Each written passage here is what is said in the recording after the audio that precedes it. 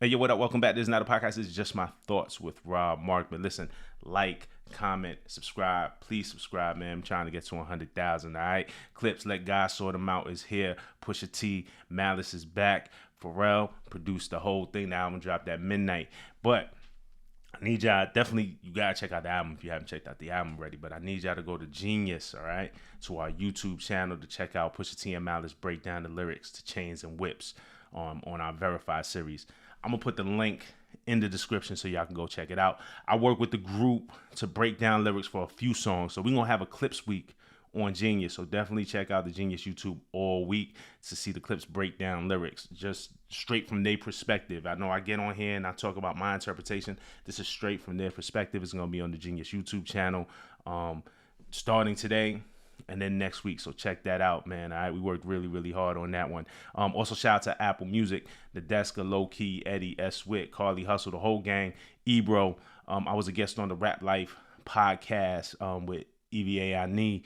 Check that out on YouTube. I'll put that link in the description too, okay? And last night, Apple threw a first listening event for the Clipse. They were in attendance. They played the whole album. Just a dope night. And then they performed two songs at the end, two classic songs. They did Grinding and Goddamn with Ab Lava. So the album is here. And I'm going to say this because the statement I'm going to make in this video is a strong one. I'm going to say this. I first heard the album in May. And I've had different iterations of it in my possession at different times. I've been listening to this album for about a month and a half, is what I'm going to say. So I've had time to sit with it.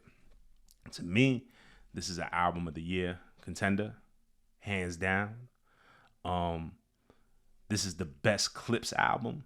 To me, this is the most important Clipse album. It's the most, it's the biggest statement that the Clipse have made with this album. And it might be controversial to some, I get it, because Hell Hath No Fury is a classic. It's widely considered the group's best work. And I think Let God Sort Them Out is even better than that. And I've had time to sit with it. You have to form your own opinion. This is what I'm saying. And I've had time to sit with it. To me, the growth in that dynamic between Pusha and Malice is incredible. The story that they're telling here is beautiful. At I think Pusha is 48. I think Malice is 52, something like that, or 49 and 52. There might be 3 years between them. But at this age, the things that they've seen, the things that they've experienced, and then the way that they could give it back to the audience with perspective. Now, I will say this album maybe doesn't have the highs that Hell Hath No Fury have, like a Mr. Me Too or something like that. But it's streamlined, right? It's crafted in a way. I would say it's like rap craftsmanship, right? There's not a moment wasted on this album.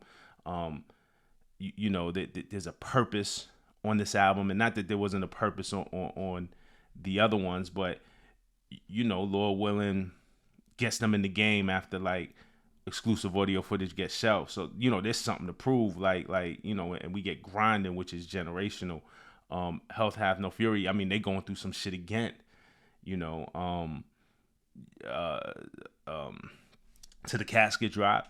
There are moments that I really think are super dope onto the Casket Drops, but it was a bit all over the place. There was a lot of outside production. There was a lot of maybe reaching for a pop hit or for this or for that or for something for radio when that mattered, though there are a lot of dope moments. And then the group has their breakup, right? And life. And Malice says, I'm leaving the group because life hit him. And then for them to come back, this is just streamlined thought. I think this is everything that's great about the Clipse, and nothing to distract that. No filler. There's no reaching for anything. It's a fastball straight down the middle. We know Clipse get this coke rap tag, right? We've all heard it, but it's more than that, and it's always been more than that. But so much of this album is more than that. So much of this album is about family and going through the ups and downs of life, coming out on the other side of it better men because of all the bullshit that they went through, right? There's just like life jewels being shared. There's a taste level being displayed. First song out the gate, right? The Birds Don't Sing. This is just an example. First song out the gate. Pusha raps about the last conversation he had with their late mother who passed away. And then Malice takes verse 2 and raps about the last conversation he had with their late father, who's also passed away. John Legend's on the record. Of course, Pharrell produced it. Stevie Wonder, uncredited feature on the record, plays the keys and he gives a speech at the end. They got Stevie Wonder on the record. It's the first song. Usually that type of introspection is saved for last. If you listen to hip hop albums, usually that really heartfelt, sentimental type of record is usually the last record on the album. Usually it's the closer. And here they put it first. They lead with it. It kind of tells you from the start there's a different type of album. There's a similar depth actually on the last song, By the Grace of God, with like just Pharrell on the hook, for example. He sings, I'm not gonna do Pharrell's falsetto or even try, but I seen killers and kingpins sing behind the wall. I watched many men die because no one will make the call. I've seen entire empires crumble and fall. Yes, I've seen it all. They missed this war by the grace of God. So it just him delivering that from the Clipse perspective, you heard the stories, but most of you, if you're a Clipse fan, that their peoples got arrested. They saw people in their crew go down, things like that. And it's been documented on different records as well. So that there's pitfalls to this shit, right? And by the grace of God is like the gratitude for not falling by the wayside and still being able to stand here and deliver an album like this again at 48, 49, 52. We're in this place in rap where, and we talk about it a lot on this channel, where rappers are allowed to grow and age and mature. And this is what this is. On that same song, Malice raps, easily I could have been one of them, locked up, never to get to see the sun again, burning buildings I kept running in, the allure every time I flew 100 in. Just him reflecting, damn, that could have been me, locked up. You know what I'm saying? Never seen the sun again. Burning buildings I kept running in. Just the idiom of just who runs into a burning building. You know what I'm saying? Pusha raps, tears on my pillowcase. Was I spitting in your face when you let me beat that case? Some niggas see the money can't make it. Some niggas get the money can't take it. Gotta realize that they was naked. Was I cooking death when I was baking? So again, right, the whole coke rap tag, which is true, so much of that is in their catalog, but it's also the regret, the contemplation, the realization of what you did and who you hurt. I'm assuming here Pusha is talking to God. Tears on my pillowcase. Was I spitting in your face when you let me beat that case? I'm assuming he's talking to God. Was I cooking death when I was baking? Just the yes, you were. You know what I'm saying? But just the contemplation of damn, the shit wasn't all good. But there's a ton of gratitude on this album. There's a ton of introspection. There's a ton of pain too. On All Things Considered, again, Pusha opens up about him and his wife losing a baby. You know what I'm saying? Again, the type of you just can't put the coke rap thing on it. It's so lazy. So All Things Considered, he starts on his verse. How am I doing? All things considered, let's be specific. My mama cheek, I miss it. I want to kiss it. So again, honoring his mother who has passed. Naj asking for siblings. I know he meant it. Naj is his son. And if you follow Pusha on social, you know how important being a father is to him. You see his son on display, all the time. But Naj asking for siblings. I know he meant it. V miscarried. We hit it. I'm glad he missed it. You know what I'm saying? Just the this has nothing to do with rap. This is family. This just the pain of losing a child, and for those of us who are parents, when your young child, hey, I want a sibling, I want a brother, I want a sister, and the disappointment, just also this, keeping your child's innocence and not disappointing them with life. Unfortunately, things like this happen, and it's sad and it's painful and it's hurtful, but it happens. But Naj asking for siblings, I know he meant it. V miscarried. We hit it to keep his innocence, right? I'm glad he missed it. I'm glad at this young age my son didn't have to experience that pain or contemplate life in that way. You know what I mean? It just again, when we talk about hip hop, I'm talking to y'all, so I know y'all know, but there's so many who just try to narrowly paint what the genre is, what the art is, and what can be expressed. Oh, they don't play that in the club. They don't do that in the club. We don't listen to that in the club. Oh, that's not a number one. He don't got no number ones. He don't got no hit. It's not a hit. Bro, is so much more than that. And that's what I've been trying to express this whole time if you follow this channel. So I just think Pusha's verse on All Things Considered was a beautiful verse and a brave verse to open up like that. Malice is on his shit the whole album. His faith, dedicating his life to Jesus, and then he's still talking that shit. He had one line, and I forgot what song. I should have wrote it down, and I know it.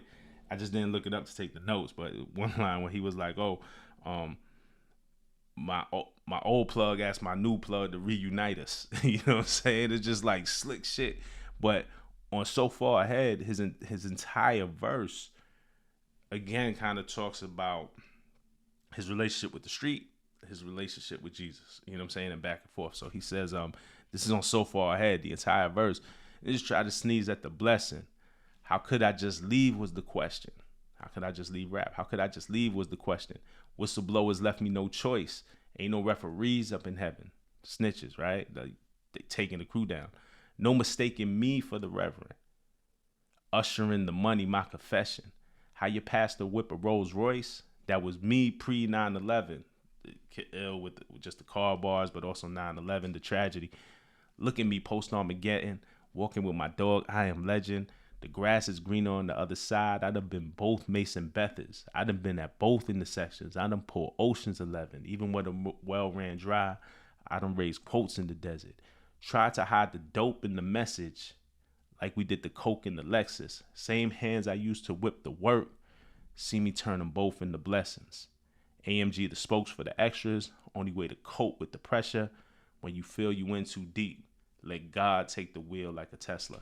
Like, everything is in this verse. The rap wordplay from walking with my dog, I am legend, or the that was me pre 9/11. Look at me post Armageddon. 9/11 the car and whatever. Their storytelling, right? Like, he's answering the question. How can I just leave was the question. This verse kind of has everything, and then the parallel to Mace. Walking with my dog, I am legend. The grass is greener on the other side. I'd have been both Mason Bethers. I've been at both intersections. Mace left rap at his height. When Mace was one of the biggest artists after B.I.G. died, he was on Bad Boy Mace's Sky High, and left to go do the pastor thing, and left rap completely. So it's funny that Malice parallels himself to Mace. I thought that was ill, and then I think this is indicative of the whole Clipse catalog, especially Malice. Try to hide the dope in the message like we did the coke in the Lexus. Again, it's the duality of the preacher, somebody trying to give you a word, or Malice trying to give you cautionary tales to save your life. We tried to hide the dope in the message. So we gave you the dope, but here's the message. Like we did the coke in the Lexus. Same hands I used to whip the work. See him turn them both into blessings. So it's just the duality. And when you feel you went too deep, let God take the wheel like a Tesla. This is an amazing verse, man. And then on POV, which features Tyler, the Creator, and Tyler had a dope verse, but POV, Malice says, came back for the money. That's the devil. Like, he answers the question. People's like, yo, why is he back? Why is he? I thought he was into God. I thought came back for the money. That's the devil in me. Had to hide it from the church. That's the Jekyll in me. Jekyll and Hyde. Like, you know what I'm saying? Like, it's just incredibly honest. And then you do have highs. I know earlier I said, I was like, yo, this doesn't maybe have the highs that Hell Have No Fury had, in terms of the beats, and it was really big production on Hell Have No Fury. But that's not for me to say this album doesn't have highs. You know what I'm saying? You have highs. You have the shit that gets the people going. You know what I'm saying? Like Kendrick, Chains and Whips. Chains and Whips is perfect. We talked about it yesterday. Chains and Whips is a standout. Chains and Whips is gonna be one that you play apart from this album when people, you may not be in the mood to listen to a whole album for 40 minutes. Yo, I'm gonna listen to Chains and Whips. Chains and Whips is a standout. You know what I'm saying? Is that gonna be what Grinding was? What Mr. Me Too was? I don't know. In terms of hit, right? Like how you measure hit, how you measure but that's a forever record. That record at least, if we're doing comparison's sake, by rap fans are gonna be revered and enjoyed like Nostalgia was, for the lyricism, for the back and forth, for the expression on it. Chains and Whips is a high. You know what I'm saying? On the record. So Be It, where Pusha had words for Travis. It's a high on the record. It's the one that got headlines. It's one when people look back on this album, they'll remember that. You know what I'm saying? Even if you're not a Clipse fan. And by the way, the original beat to So Be It is back. If there was one thing that bugged me about the album, was that So Be It was replaced with So Be It Part 2. Clipse and Pharrell had to change the beat. It was different from the one in the video. And that really let me down. I was so attached to that beat. And one, I just think the first So Be It is illa. So when it went out to DSPs yesterday, it had So Be It Part 2 on it. And the last version I heard before it went out had So Be It Part 2 on it. Well, it seems like that sample got cleared last minute because on DSPs they switched it. So now the original So Be It that we first heard when we saw the video is on streaming as well. And if it's not on your streaming platform now, it should be updated shortly. But So Be It is a high. So Be It is a record that everybody's gonna remember for the Travis Scott shit. But it's really just a dope record. Nas on Let God Sort Him Out. There's a track Let God Sort Him Out. Chandeliers is kind of a 2-on-1 track. Nas drops a dope verse. It'll be interesting to see if people pick apart that verse. I might do a whole video on that verse later. We'll see. Stove God on the hook on FICO is dope. Pharrell on Ibada, man, it sounds like Ibada sounds like a beat from In My Mind, just like classic Pharrell beat. I love this record. I don't know if there's a lot of fun on this record. It's fun for me because I'm a rap fan, but Ibada kind of has that swing. Like Ibada is a fun record. Pharrell rhyming, just his tone, just the way he cuts through the beat, really fun. We were at listening yesterday, and Pusha was like, I guess, Pharrell was on his Tribe Called Quest shit. So, you know what I'm saying? It really kind of feels like one of those. Ibada I really like. Mike Tyson Blow to the Face is crazy. Crazy record. How it just starts with the acapella. Crazy record. Pusha just starts and you don't even get a beat yet. It's just no confession, questions, we contesting, fireworks to send a message, iridescent, slow them down like Robitussin. If you rushing at the door when we address them, we gonna bless them. And he just keeps going, and then the beat just drops ill. First time I heard the album, very first time I heard the album, it was played for me, and I didn't hear it wasn't a features list. I just kind of heard songs as they came, and I'm listening and I'm into it. And I'm like, okay, I fuck with this album. And the moment that made me feel like, oh, this is great, like they did what they came to do, was Inglorious Bastards. When I heard Ab Lava on the record, I just smiled. Longtime Clipse fans know how special Lava is. Shout out to Major Figures, shout out to Philly. But with Lava on this album, I was like, oh, this is a Clipse album. Like, they checked the boxes. You know what I'm saying? I do think, I think about a world like, damn, man, what if Chad was on this? You know what I'm saying? Like Neptunes, like, because they came in with the Neptunes. Pharrell and Chad are going through their thing. The production is all Pharrell. I don't think there was a world where that could have happened. Pusha actually revealed, too, on Hell Hath No Fury. Not revealed because it's in the credits, but Chad wasn't a part of Hell Hath No Fury either. So they felt confident that they'd be able to create something dope with just Pharrell, though they expressed in the interview their love for Chad. But I say all that to say, when I heard Lava, I'm like, yo, okay, they checked all the boxes. Like this is for day one Clipse fans. The small details, the this is culturally inappropriate. That tag, dope. The way it's sprinkled throughout, a small detail that makes all the difference. DJ Clue sprinkled on a few joints is something that I really love. All in all, I know I talked for a long time, but man, this is their best album to me. Album of the year contender. This is my favorite album so far of the year. This is this is Clip's best album, and this is absolutely Clip's most important album. Those are just my thoughts. Let me know what you think in the comments. I'm here to talk to y'all. Let me know what you're feeling, what you're not feeling. Let's talk about it. All right. To the next one. Peace.